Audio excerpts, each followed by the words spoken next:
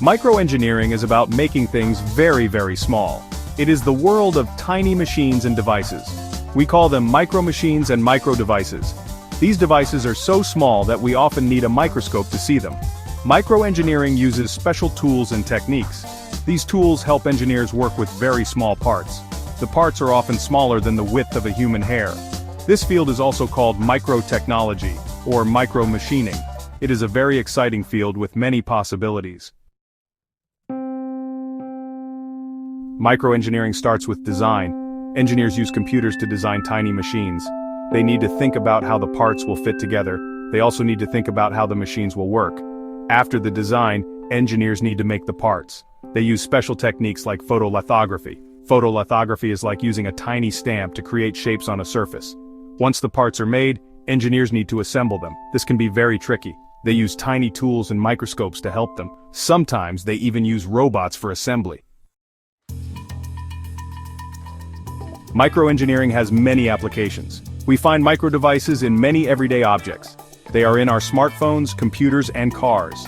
They are also in medical devices, airplanes, and even toys. For example, think about airbags in cars. Microengineering helps make the sensors in airbags. These sensors detect a crash and tell the airbag to inflate. This technology saves lives by protecting people during accidents. Another example is the inkjet printer. Inkjet printers use tiny nozzles to spray ink onto paper. These nozzles are made using microengineering techniques. They allow for very precise printing, making high-quality documents and photos. Microengineering has a big impact on our lives. It makes our devices smaller, faster, and more powerful. It also makes them cheaper to produce. In medicine, microengineering helps create new treatments.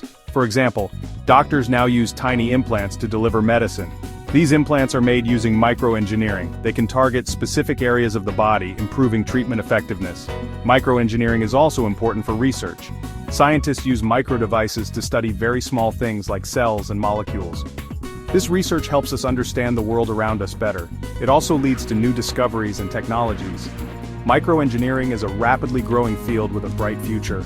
As technology advances, we can expect even smaller and more amazing microdevices.